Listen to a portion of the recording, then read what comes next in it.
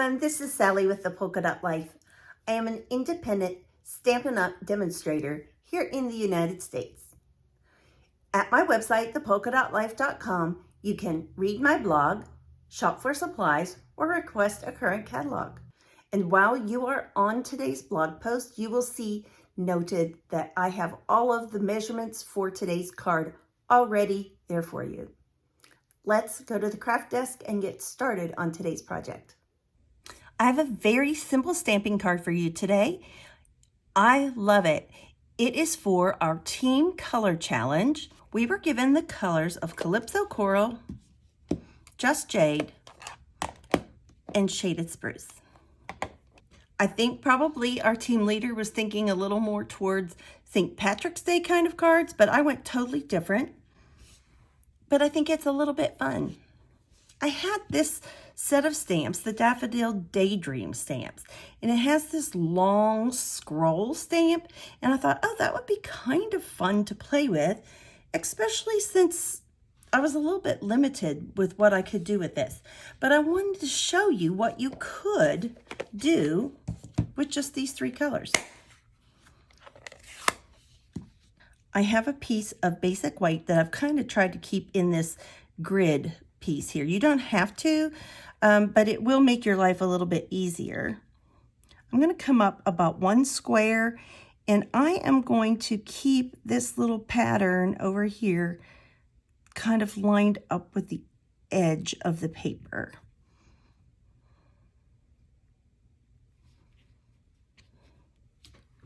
Isn't that a fun and pretty scroll work stamp?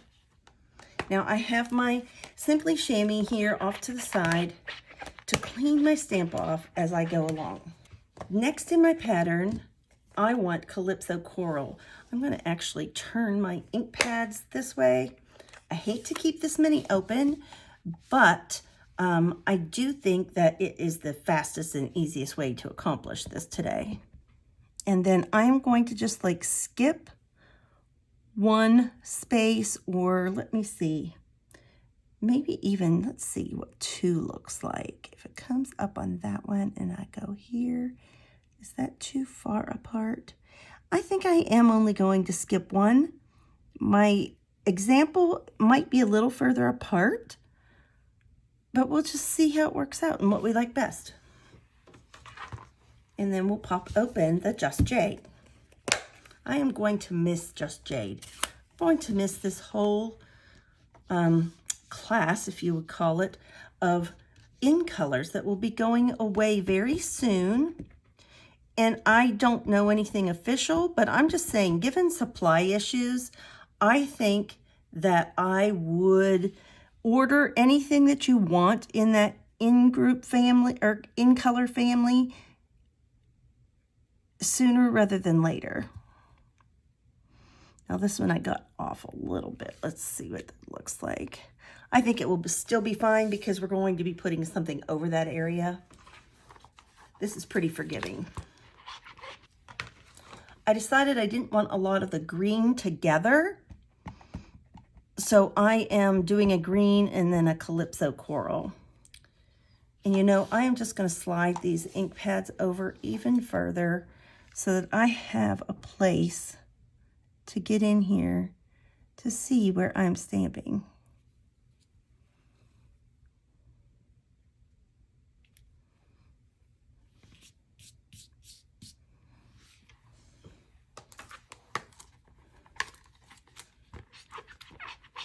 I can already tell you this is a tighter pattern than what is on my first run through.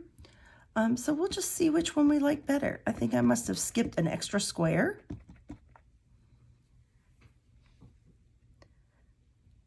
But this is just, you know, that when you do a color challenge, there's not often a designer series paper that you can use that meets the requirements. So sometimes you have to make your own.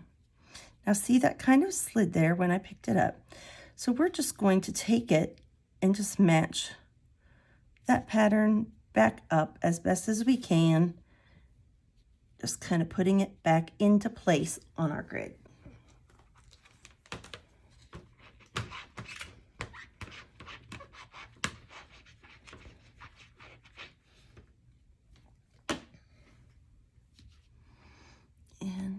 in with my Calypso Coral. And even if you get your greens mixed up or whatever, as long as it's like I'm doing the green Calypso Coral pattern, it's not going to be noticeable because they are such close shades, and especially till they dry out, it's just going to work. So that is super fun. I like that a lot. Now, this one is totally up to you. See, this is a white space down here. You can leave it white, that's fine. Or I think I am just going to take my Calypso Coral and ink it up. And I'm just going to move up here, probably not the whole way, but just a little bit, and see if I can just kind of break up that white space a little bit. There, perfect. For our sentiment today, I'm going to bring in the Stamparatus. I have that set up already with the A Happy Hello to You from the Sunny Sentiments stamp set. And it is one of those chunkier fonts, and so you want your Stamparatus so that you can go back and forth a few times and stamp it and get just that coverage that you want.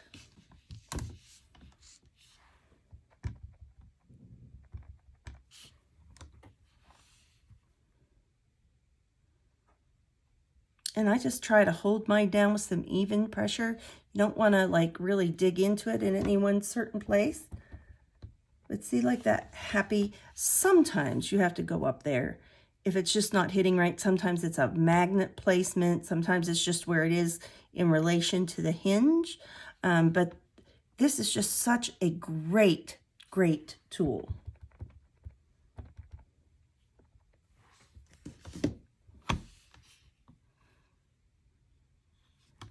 Now, even if that didn't stamp quite right, I'm not going to re-ink it. I'm just going to go down and press it, just give it another chance to take the ink that's already on the stamp.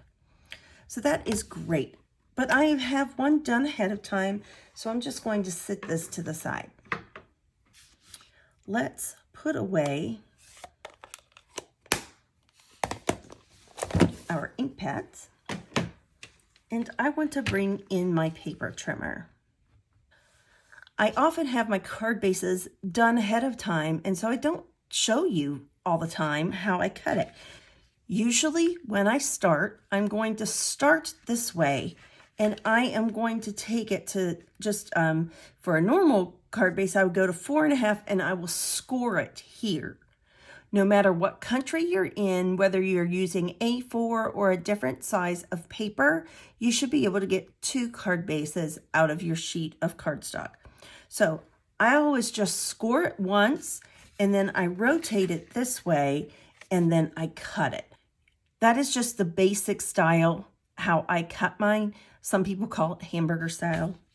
So today I am going to start, and I am going to put this in at the 5.5 mark, because 5.5 is half of 11, and this is the 11 going across this way. And I'm going to just take this scoring tool, and I am going to score it. It puts an indentation into your cardstock.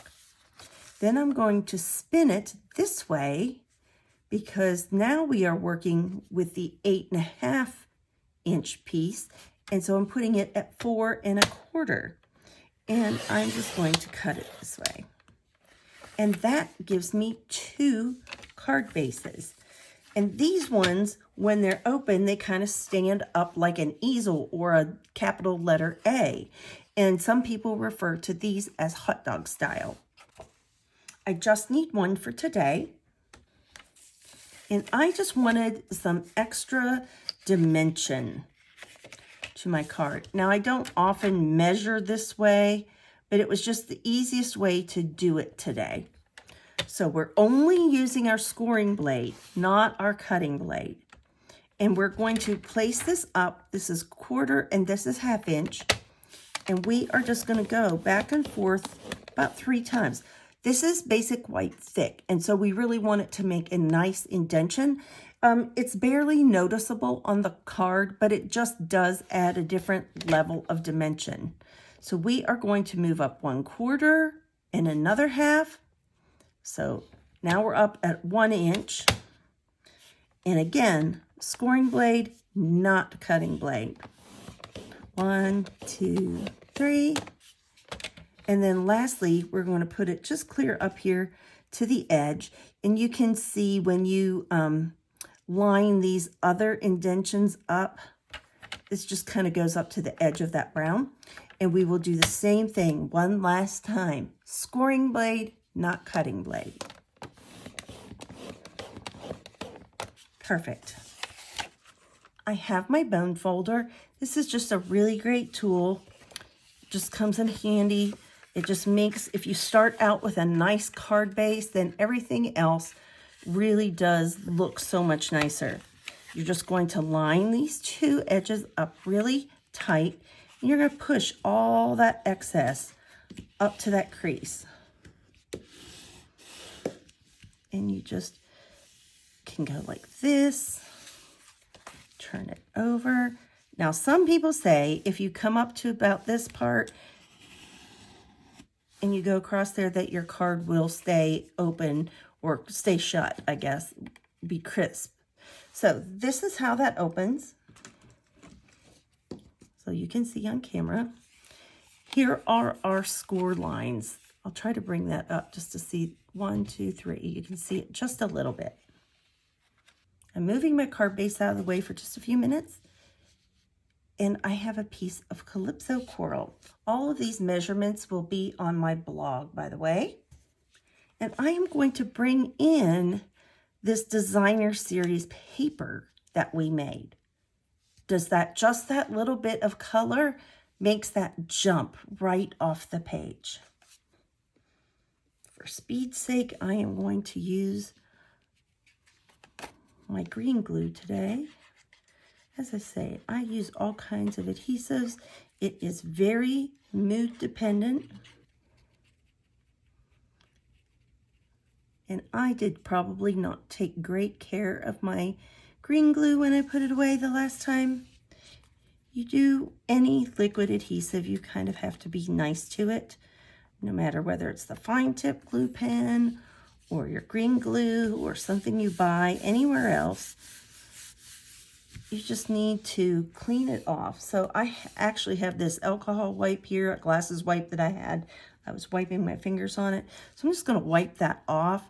And sometimes if you think that it's really clogged up, I take it and turn it over and squirt it out a little bit in my garbage can. And that way it doesn't do it on my card. Okay, I flipped my piece over and I am just going to add some dimensionals.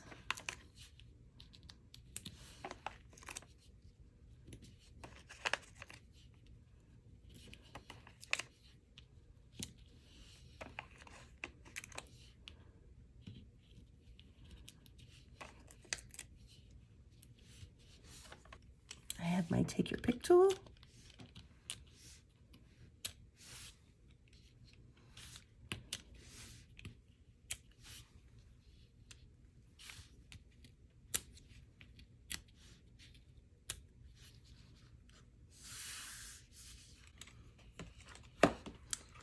And even though this layer is not embossed on this, or I mean, we have our little tiny bit of embossing that we did with our trimmer, I just want to put just enough of this liquid glue to kill the tack on it. I don't want to put a lot to where it swells my cardstock, even though this is thick cardstock. You know, we still want to be mindful. Just especially with a geometric print. I think I'm going to put this little smaller edge down here. And I'm just going to kind of, it's centered, but I also just want that piece to be a little bit below this score line. And it's really hard to see on camera. I apologize, just that white. But it does add just a little tiny bit of dimension to our card.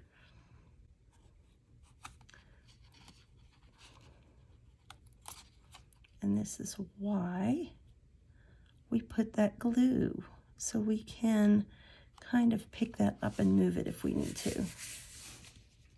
So isn't this shaping up as a really, really cute card? You could do a whole lot of these and play with different colors. It would be really fun. So I have our sentiment that has been die cut. And I am going to put a few dimensionals on this as well.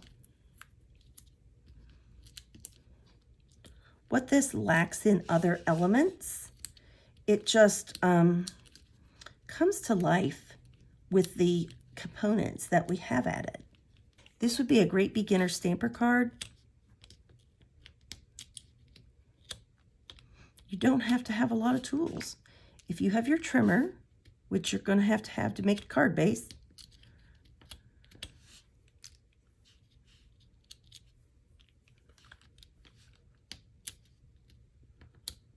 then you can use that to make a little bit of dimension on the bottom of your card.